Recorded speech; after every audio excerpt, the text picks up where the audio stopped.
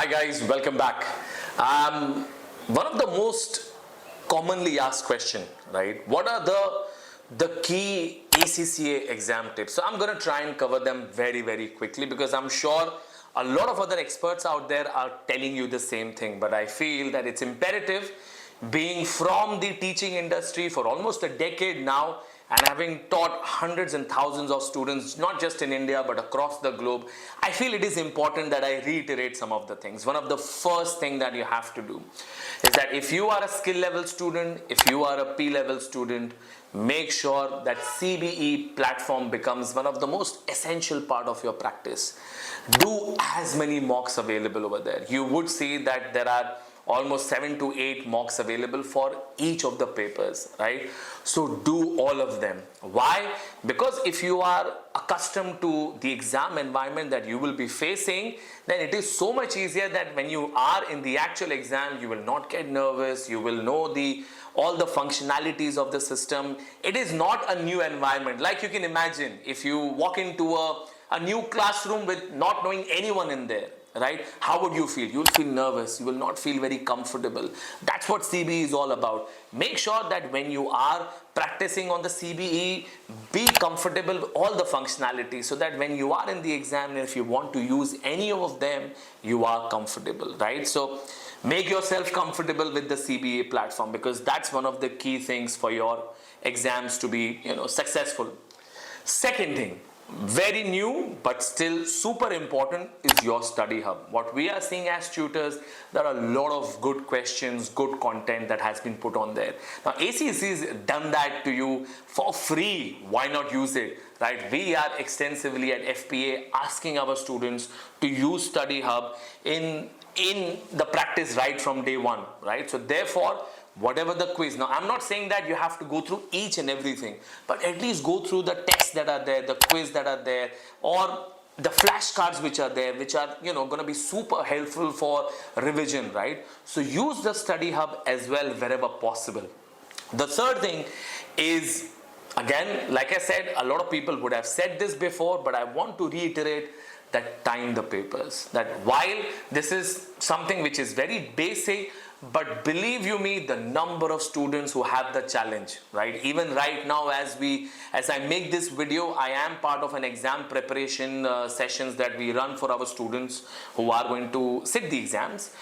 And, they continue to face the challenge. They are not able to complete the papers in time. And that's why it is imperative that as much practice as you are doing, they all need to be timed, right? Because there's no point writing beautiful answers if you're going to take 1.5 hours versus the 30 minutes allotted to you, right? So therefore, time every answer that you do, right? It only takes a second. That look at your watch, it's 6 p.m. right now.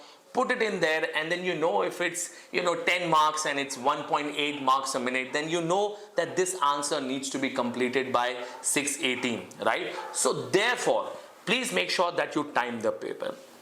The next one, this is my personal favorite because I have been a big advocate for students using or understanding concepts, because if you don't understand the concepts, the paper will throw things at you that you have not seen before, right?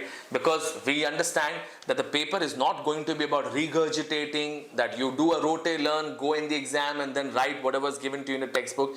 There will be scenarios, especially in the P level, when you've got a scenario where something completely new comes in front of you. If you don't know the concepts, you will struggle. Therefore, focus on the concepts, understand the why, and even before sitting the exams, get used to writing your own answers. This is what I ask my students at FPA every time, that why not try to align your answers to the model answers, but do not just copy paste a model answer. Use the models. Let's say there is an SBL, right? Now there are models used in your ideal answers given to you in the exam kits or on the CBE platform. You don't have to use them all the time.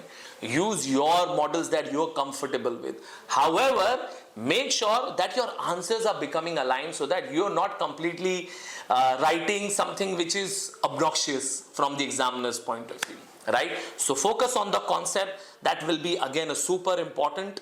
And the last one, right? And this is a legit request to all of you.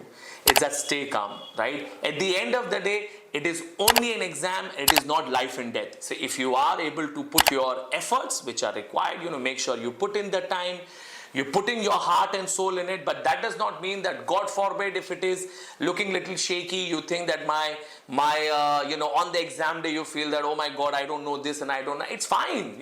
Everyone goes through it. I'm sure if you ask any expert, now I don't consider myself to be an expert, but I can tell you that on the exam day, the same thing happened to me as well. I will also have my heart pounding, and I will also have, feeling, pukey in the morning because of my anxiety and everything, right? But, here I am, trying to give you some gyan. So therefore, make sure that you stay calm. Remember, if you have done the practice, if you have put in the efforts, you understand the concepts, the paper will only ask you from what you have studied, right? So don't get too stressed about it. It is part and parcel. Let's say you don't have a very good paper this time around, there's always another attempt in 3 months, right? So don't get too stressed. If you do need any help, please feel free to reach out. I'll be more than happy to help you. All right. So on that note, all the very best and thank you.